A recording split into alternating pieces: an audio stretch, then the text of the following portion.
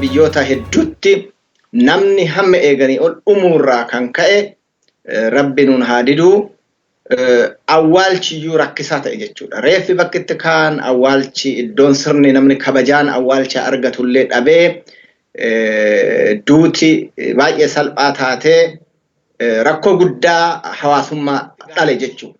Mana ooluudhaaf daa'imti nyaachuu qabdi, namni gurguddaanis nyaachuu qabaa, nyaachuudhaaf waa qabaachuu qabaa. Kanaaf deeggarsi yoomuu caalaa hedduu barbaachisaadha. Ciini yoo jiraatan kanaafuu namni wal fuudhuun yeroo kana yoo dirqama ta'ee argame abbaan manaa fi manaa walitti dhufanii gaafa barri darbe cidha godhachuu danda'an jechuudha. Qeerroowwan kunis ta'e artistoonni yeroo fakkeenya argisiisan ofii fakkeenya ta'uu qaban.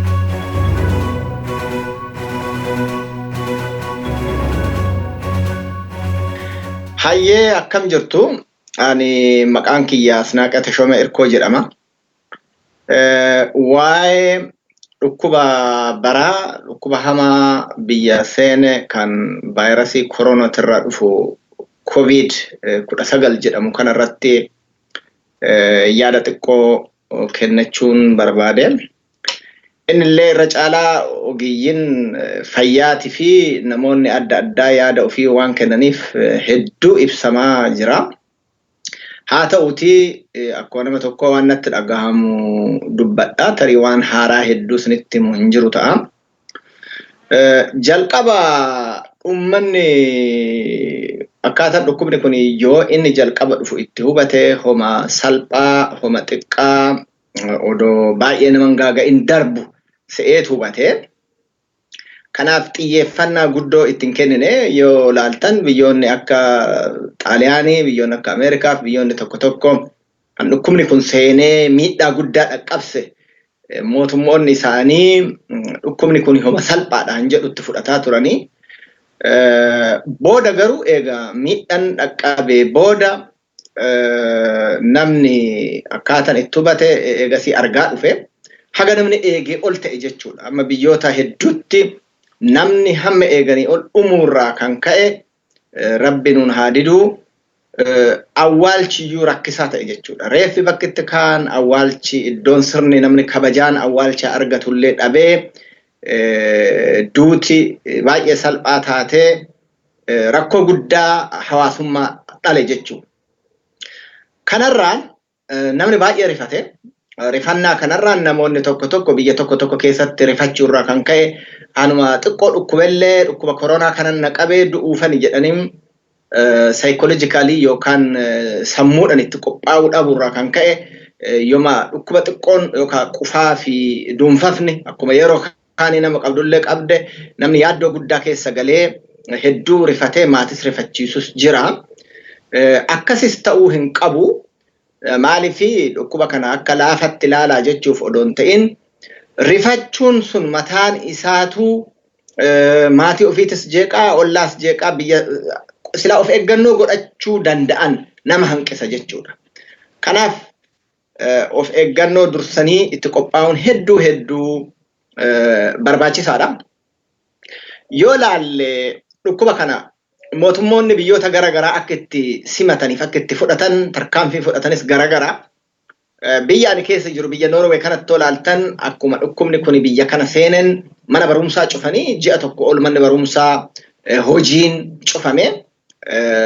Kuni jechuun manaa hojjetanna irra caalaa manaa hojjenna. Manneen barumsaa ijoolleen karaa intarneetii mana keessaa akka baratan ta'ee hojjettoota fayyaati fi bakka ofii qaaman dhaqanii malee hojjechuun hin danda'amne hojiilee barbaachisaa ta'e qofa irratti namni hirmaata. Egaa haala kanaan odoo jiru amma kana dhukkubni kun daddarbuu irratti jijjiirama guddaa fide jechuudha. Silaa odoo walitti nama gadhiisanii guyyaa guyyaan namni wal keessa oolee gabaa wal keessa oolee hojiidhaafis akka duriitti ta'ee hamma silaa ummata qabu hin qabne hedduu xiqqaadhaa garuu ammas qabaatuma jira haa ta'u. Kana jechuun biyyoonni tokko akka salphaatti ilaalanis jira.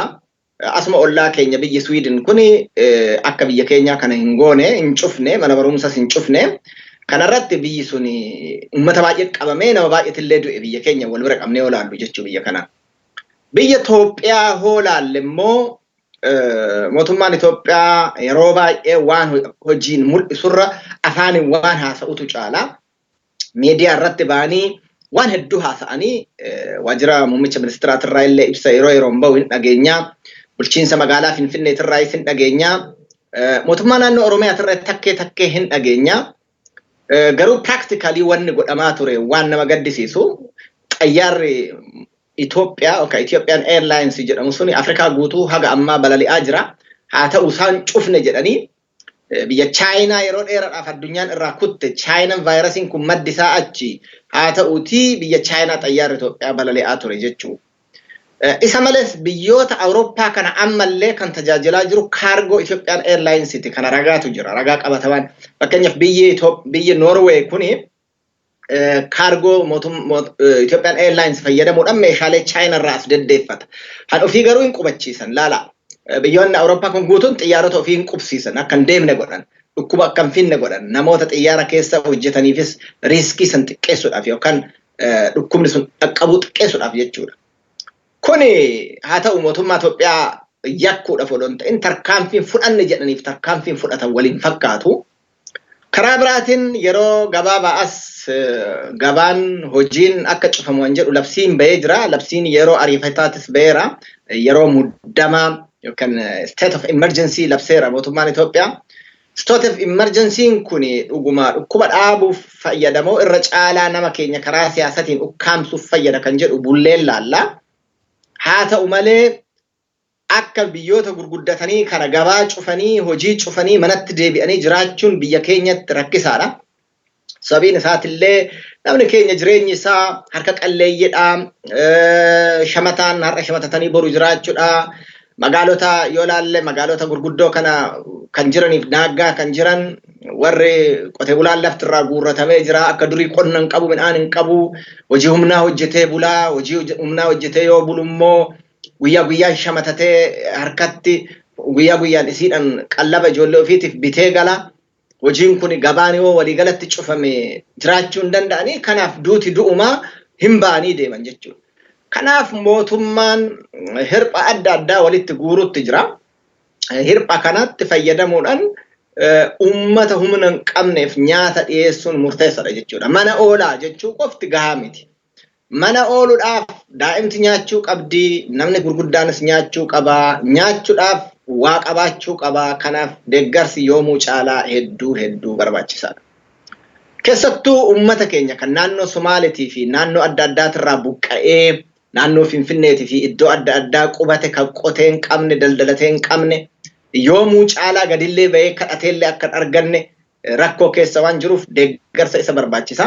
Mootummaan Itoophiyaa maallaqa lammiif jedhee gargaarsa tombolaadhaan gargaarsan ala kanaa horii hedduu erginee biyya keessaa madda horii hedduutu guurramee kun kan ittiin siyaasaaf dhokfatan odoo hin ta'in yeroo ammaa gabbaasanii uummata du'a oolchuu qaban jechuudha. Dhaamsa akkanaatan dabarsuu barbaada. Egaan biyya keenyatti dhukkubni kun yeroo ammaa akka biyyoota biraa yoo wal bira qabnee ilaalle nama baay'een hin duune kan beekamu jechuudha. Ofiishaalii kan register ta'e.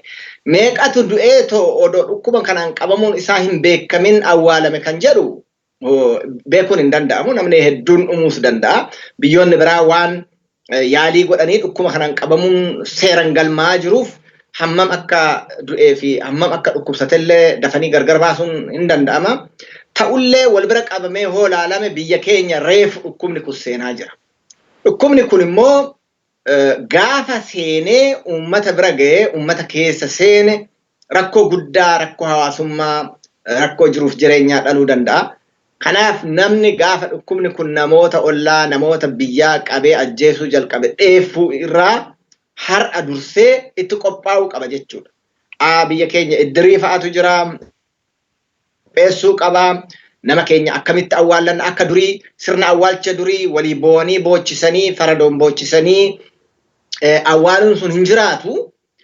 Kanaaf sirna ittiin haala rakkoon kun hoo dhalate jijjiirama kanarratti hawaasni walii galee akkaataa ittiin yoo duutillee dhufte ittiin kabajaan wal odoo dhukkubni kun namoota biraatitti hin daddarbin awwaalan sistemii ammuma marii godhachuu jechuu. Gaafa namni du'e irraa dheeffuu odoon ta'in amma laf jala qophaa'uun hedduu barbaachisaadha.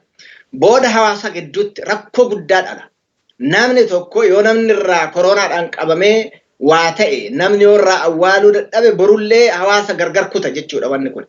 Kanaaf ammumarraa baadiyyaa keessattuu uummanni of qopheessuu qaba, magaalaa lagachuu qaba, namni du'e akkaataatti awwaalu akka durirraa aadaa durirraa jijjiiree mala buufachuu qaba. Kun hedduu barbaachisaa waan laf jala itti qophaa'an gaafa rakkinni sun dhalate irraa of baraaran yookaan itti fayyadaman jechuudha. Kanarratti haasa'uu qaba uummanni keenya. Haasa'uu yoo jennu walitti dhufee walgayii godhatee odoon ta'in malaan gargar fagaatee lallabeellee waliin marii godhachuu qaba. Maal taana dhukkubni kun dhufee nama nurraa ajjeesuu mala. Yoo namni du'e akkamitti awwaallanna? Sirna akkamii godhanna? Kan jedhu irratti hedduu mari'achuun barbaachisaadha. Biyyoonni baay'een keessattuu biyyoota Laatiin Ameerikaa, even biyyoota akka magaalaa gurguddoo akka New York fa'aa keessatti rakkoo guddaa kan fide awwaalcha. Namni guyyaatti namni kumni tokko kumni lama yoo du'u akkaataan itti awwaalan saaxiniin ittiin awwaalan kun rakkoo guddaa ta'e iddoon itti awwaalan nama hedduuyyuu bakka takkatti boolla takkatti awwaaluu bira ga'an. San rabbi siniin haa didu, rabbi nuun haa didu. Haa ta'u wanni kanaa yoo namni boqate akkamitti ittisna an jedhu irratti qophaa'uun hedduu barbaachisaadha. Kan biraagaa akkuma baratame hedduu irra deddeebi'ee akkuma himame dhukkubni kun odoo nama hin qabin akkamitti irraa of dhoowwan isa jedhu irratti qulqullina eeguudha, qulqullina harkaa, qulqullina qaama ofii eeguudha. Qulqullinni harkaa maaliif barbaachisaa? Nama tokko tarii meeshaa wayii tuqee vaayirasii sun harkarrallee yoo jiraate hoo dhiqatee baraaramuu danda'a jechuudha dhukkuba sanirraa. Kan biraa walirraa fagaachuudha. Akka dur namni saalfatee harka wal fuudhuuf walitti deemuu hin qabu.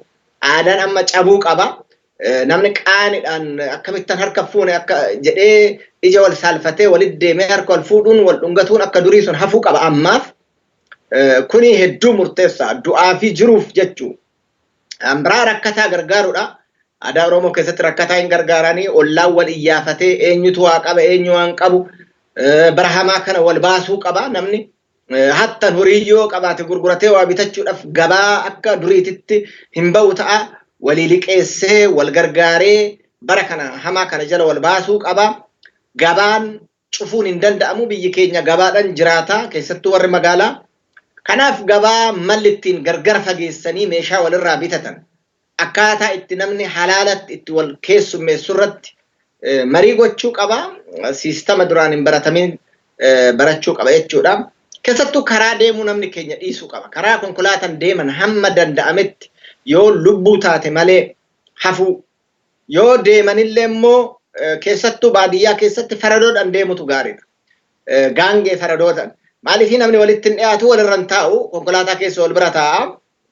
Kuni rakkoodha jechuudha. Kan biraa namni waaqa ofii kadhachuun barbaachisaadha. Waaqa ofii yeroo lafaas yeroo rakkoos keessattuu yeroo rakkoo waaqa ofiititti namni hin iyyata. Haa ta'uutii iddoo akka taabotaa, iddoo akka masgiidaa, iddoo itti galmaa namni walitti baay'atee walirra taa'ee hafuura walitti baafatu gochuun hin barbaachisu. Waaqni manuma mana ofii taa'anii kadhachuu, falachuu hin dhagaa. Kanaaf akkaataa itti maatiin mana ofii taa'ee kadhatu godhatee walitti dhufuu namni wal arguurraa hamma dandamachuun gaariidha. Egaan kana yoon isiniin jedhu ani waan haaraa isinitti himuufis miti. Haa ta'uutii dhaamsuma muuxannoo biyyoota garaa garaa keessatti argaa jirru wal hubachiisuun gaariidha kan jedhuu fi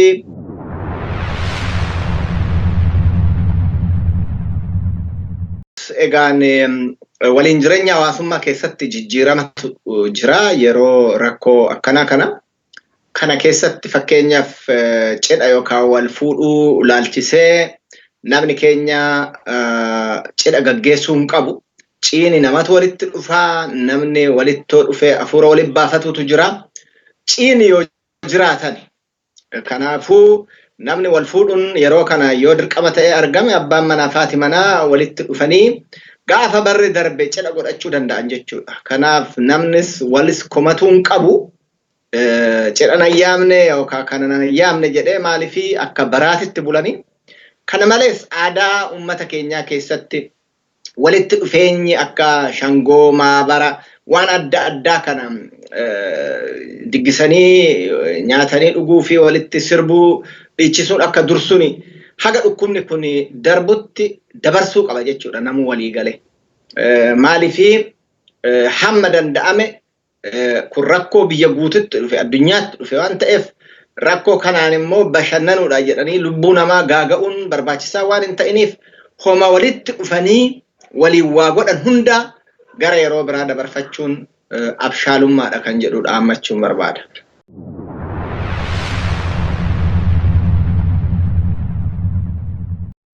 Kanumatti dabaluudhaanis yeroo baay'ee qeerroonii fi artistoonni fakkeenya ta'anii magaalota keessa deemanii uummata yoo dammaqsaniin agarra. Karaa feesbuukii miidiyaa adda addaa argaa jirra. Kuni waan gaariidha. Uummanni marti wal bira hubannaan qabu dhukkuba kana laalchisee nama hubannaan qabne nama immoo dafee waan amanne ibsuufin nama dhageettii qaburraa dhaga'uun barbaachisaadha. Haa ta'u malee qeerroowwan kunis ta'e artistoonni yeroo fakkeenya argisiisan ofii fakkeenya ta'uu qaban. Qeerroonis walitti baay'atanii baay'inaan walitti dhiyaatanii waliin faa sirbaa walitti dhiyeenyan uummata biraa barsiisuu jechuun ofiifuu rakkoorra of buusudha. Kanaaf addaan fageenya yookaan social distance jedhamu sun irra caalaa yeroo ammaa kana meetii lamaa ol yoo ta'e akeeku warri ogeeyyii fayyaa. Kanaaf dhukkubni kun amalli isaa baay'een hin beekamne hamma danda'ametti warri uummata barsiisuudhaaf bahu ofumaafuu addaan fagaachuun hedduu barbaachisaadha.